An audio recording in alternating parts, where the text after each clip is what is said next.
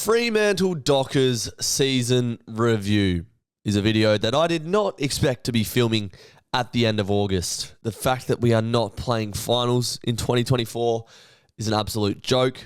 It's a disaster, and it's made me have to take a step back from making YouTube videos in the last few weeks because watching the Dockers has made me feel emotions that sports should not make you feel.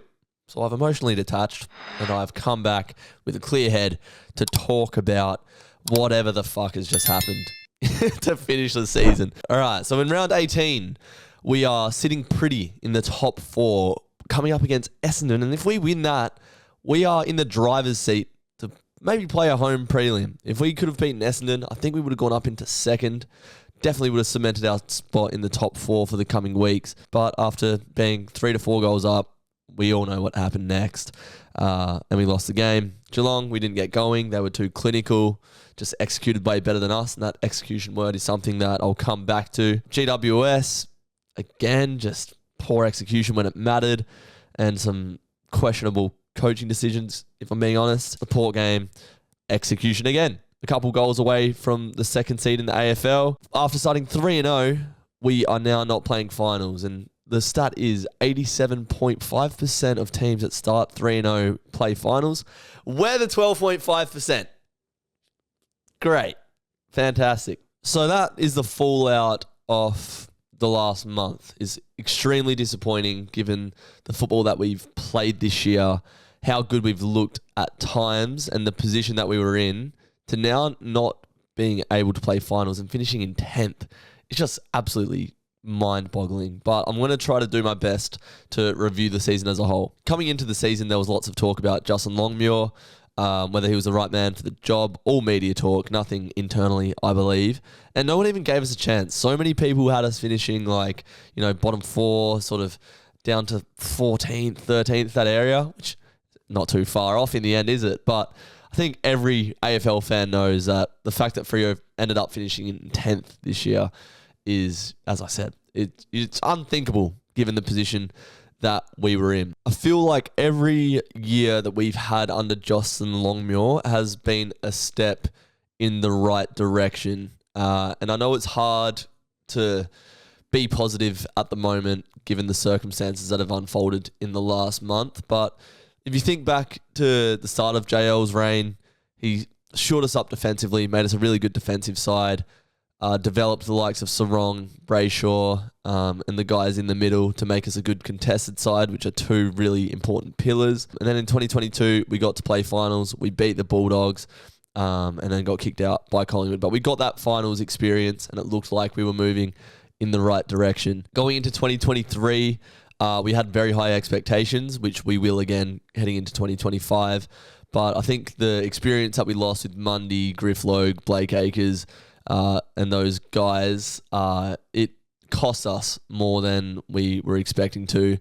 And although our best footy was good, we would just have weeks where we wouldn't show up and put out insipid performances. So pretty much the biggest theme leaving 2023 was to be consistent and be in games week to week. Get the process right. You hear that as a repeated theme when Justin Longmuir speaks. So coming into 2024, we just wanted consistent footy. And I think you can say throughout all of 2024, week to week, you knew that the Dockers would crack in and would be in with a chance to win it every week. There was only 2 games that really stuck out in my mind as absolute stinkers. I think the Derby and the Western Bulldogs game, the first Derby that is, where we just got beaten, didn't show up. But other than that, we were in those games to win. So if consistent effort was the theme of last season and needing to improve that in the next year, I think the biggest focus this offseason is going to be our ability to win games late and just make the most of the sort of dominance that you have and putting it on the scoreboard. Because this last game against Port Adelaide, we absolutely dominated that second quarter and just couldn't put the scoreboard pressure on Port. It's a completely different game. In the end, we kicked 9 goals 13, they kicked 13 goals 9 and walk away with it. So that execution and the composure and the ability to sort of play out a game with confidence, with our brand, and win it is going to be the area that we need to focus on going forward, because The Carlton game at Gather-Round, we absolutely bottled. Should never have lost that. The Port Adelaide away game this year, again, it was execution in front of goal. And then you think of the last month, like I just said, the Essendon, Geelong, GWS, and Port home game. It's just execution. Like, we've cracked in. We're there pretty much for 3 and a bit quarters, and then we just fall away late. You take the lessons from it. We move on to next season to get better. But having said that, we are a fan base that is in desperate need of some success at this point. Like, we've been called the young team for a long time. We've got an absolutely stacked list, and I'll get into some players that have really stood out for me this year soon. But I think this season is the last year that it is somewhat acceptable, not saying that it is acceptable, but somewhat acceptable to not play in September. Given the expectations we had at the start of the year, if you had have said at the start of the year you have a chance to play finals in the last month of the season, you absolutely would have taken that. Obviously, the events transpired a different way. But going forward, there's going to be a lot of pressure on Justin Longmuir to get this team into finals consistently every year, running deep into finals and getting that flag. That is the expectation now. Our list is there. We don't really desperately need anything crazy, any players, or we're not lacking in any department. Our forward line is functioning well. Our midfield is one of the best in the comp. And when healthy, our defense is rock solid as well. So whatever players we bring in over the off-season, they're going to bring some more experience, hopefully, and some X factor and a bit more punch to take us to that next level. But there's no reason or excuse now to say that Freo shouldn't be making finals. And I think if we do miss finals, that could be catastrophic for JL. I think the difference in the end of this season was just not being able to replace our key players, Sean Darcy, Alex Pearce, and Josh Tracy, going out at a vital part of the season. The tail end of the year is effectively what cost us falling out of the top 8. I feel like Alex Pearce stops a couple goals a game. Tracy probably kicks a couple more than Paddy Voss will when he came into the side. And that was probably the difference in the margin of those games. But you can't look back and think, oh, if we had them players, we would have made the 8, because we didn't. And we're out, and you've got to have the list depth to be able to replace that. But nevertheless, they are very important players that we lost. I think defensively, especially in the back end of the year, we probably took a step back from what we have been in the past. But I think as a result of that, our attacking sort of caliber increased. JL has been criticised heavily of being a defensive coach, a sort of passive or, just a non-attacking coach, I suppose. So I think he definitely heard that, and, you need to have that scoring power. And I think we did take more risks defensively this year. Ultimately, in the last month, probably cost us trying to go for games when we were behind and then, being vulnerable on the counter-attack. But as a whole, defensively, we're in a good spot, I think. Alex Pearce, if he can stay healthy, is an All-Australian caliber defender. Luke Ryan in the All-Australian squad, he had a terrific year this year. But the main areas I think we've improved has been with guys like Brandon Walker and Josh Draper. Brandon Walker in the past has been quite a frustrating player, just due to his youth, I think, and the mistakes that he's had to make along the way to become the player that he now is. But now he's had a few seasons in the league, he's really taken that next step in 2024. He's a line-breaking player. Once he intercepts the ball, he's very hard to catch. I remember watching him break away from, I think it was Willie Rioli against Port Adelaide, and making it look easy. He's so powerful in his initial strides, and he does break down that defensive line and get the ball moving forward. He had massive games this year, in particular against Essendon. I thought he was phenomenal. He's really hard to beat one-on-one. He's that sort of Isaac Quainer type lockdown defender, but I think he's got a bit more to him in terms of getting the ball moving forward as well. So really liked watching Brandon Walker play this season. And Josh Draper, man, this kid has come out of nowhere. I got to train him at the State Academy when I was there a few years ago, and he was always a freak athlete. But to see him go back, play a disciplined defensive role, take big intercept marks, compose with the ball in hand, he's been a great find this year. Hugh Davies played a couple games. I think we need to see him play more next season, because there was times where I thought we went for experience over youth when some of our experience wasn't up to scratch, to be fair. Another player in defence that doesn't really get spoken about much is Heath Chapman. I think this guy is genuinely one of our most important players.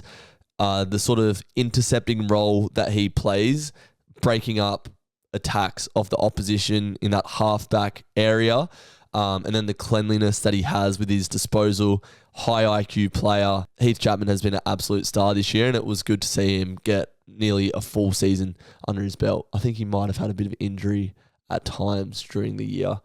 Jordan Clark had a borderline All-Australian squad year as well. The run that he provided obviously had games where he wished he could have played a bit better, that gather-around mistake, and a couple other games I think he might have lost his one-on-one matchup, but, you know, they're athletes. They win, they lose. But he looked phenomenal at points this year as well. So defensively, we've got just about everything we need, I think, and there has been a lot of growth in those younger players this season. Looking to the midfield, it's been a pleasure watching these guys operate this year. The connection between these guys at stoppages, they know where each other are going to be. Our transition football is incredible, and that's massively due to our mids and the sort of connection between guys like Heath Chapman and Geordie Clark to the mids. So yeah, Sarong should be All-Australian. The bloke is a freak. He broke lots of records this year. He'll be up there on the Brownlow night as well. Heart and soul player. Showed a lot of his leadership qualities this year as well. And it's no skin off his back that we're not playing finals, because that bloke did absolutely everything he could this season. Andy Brayshaw grew into the season well. He had some massive games this year. You always know what you're going to get with Andy Brayshaw. He's a tough player. He runs all day.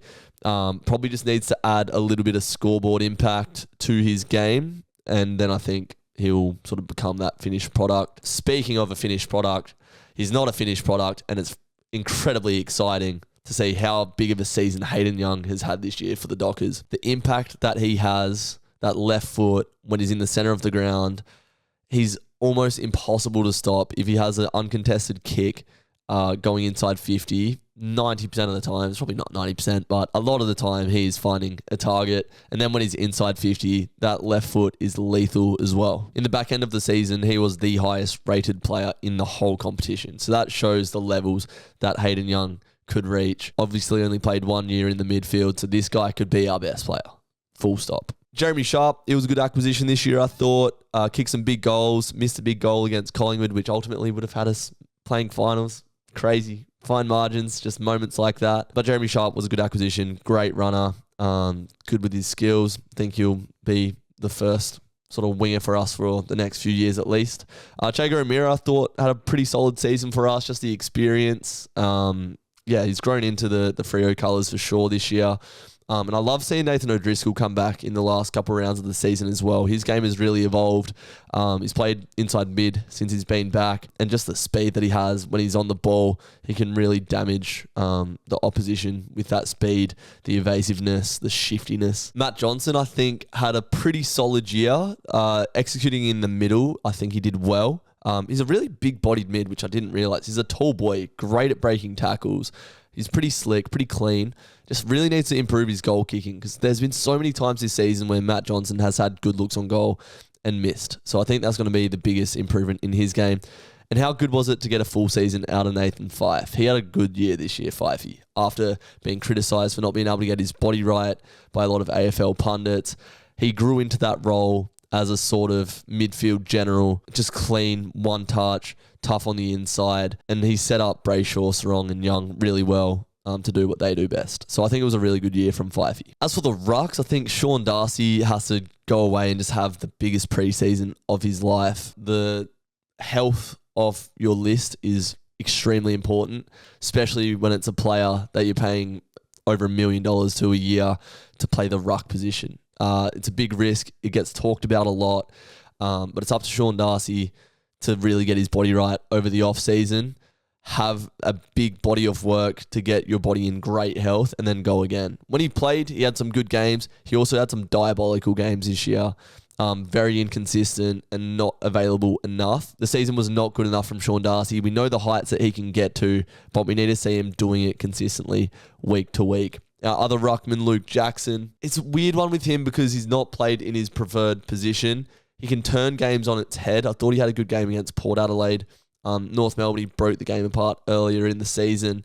But we need to see a more consistent impact from Luke Jackson because in the back end of the year, he sort of fell away a bit. As for our forward line, I'm really happy with the direction that it's gone this year. Sammy Sturt has had a breakout year after seasons and seasons of not being able to make the side, whether that was through injury or just poor form.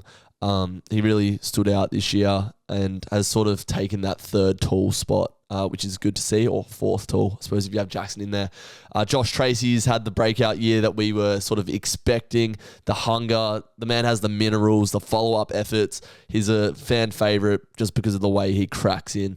An absolute jet who we have signed until, I think, 2029 he re-signed to. Our key forward for the future. Get that man healthy. He can win a Coleman. He's that good. And Jai Amos, I think, probably had a solid year. Maybe at parts got a little bit quiet. Maybe doubted himself with his goal kicking at times. But I think, he's a young player. He's going to come on. He had some really good games this year. Kicked a few bags. So Jai Amos, just if he can maybe express himself a little bit more, have a little bit more confidence in himself, and not sort of go internal. Sometimes I feel like he does that. If you can learn a thing or two off the big kahuna, he could be anything, Jai Amos. Our small forwards really stood up as well. I think Switter and Frederick had really, really good seasons. Michael Walters was sort of in and out of the side. I think it would be nice to see him play less, if I'm being honest. Give some more game time to guys like Cooper Simpson or maybe a Jack Deline. To summarise this season overall, I think it was a step in the right direction with a terrible ending. I feel like the finals experience for this side would have been invaluable. We've shown how bright our future can be, how good we can be. We just need that killer instinct. We need to be a nastier side, and we just need to be able to run over teams once we get control of games. And once we do that, I think we will be a really threatening side. But there's no more excuses for Justin Longmuir and the Fremantle Dockers. From now on, it's finals or bust. And I think next year, given the footy we played, I'm confident that we can play top four, finish in the top four, and play late into September. And that's the measuring stick now. That's the barometer. It's finals or bust for this Dockers side because we need a flag. Absolutely need a flag desperately. Fremantle are the first team to not make finals after being in the top four after round 18. That is a disgusting stat that paints the picture of a painful end to the season. But all we can do now is look to next year. Hopefully, we strengthen with guys like Shea Bolton. Warner, hopefully, wants to move. We should throw the kitchen sink at that bloke. Maybe have a go at Liam Baker. Jack Martin, if we can get him healthy. We could have a really big off-season and really strengthen this list. Let me know what you guys think in the comments of the Fremantle Dockers 2024 season. I'll be getting in there, replying to you guys, and seeing what your perspective is of the year. If you enjoyed the video, please leave a like, subscribe if you're new, and I'll see you in the next video. Until then, take care, you plonkers.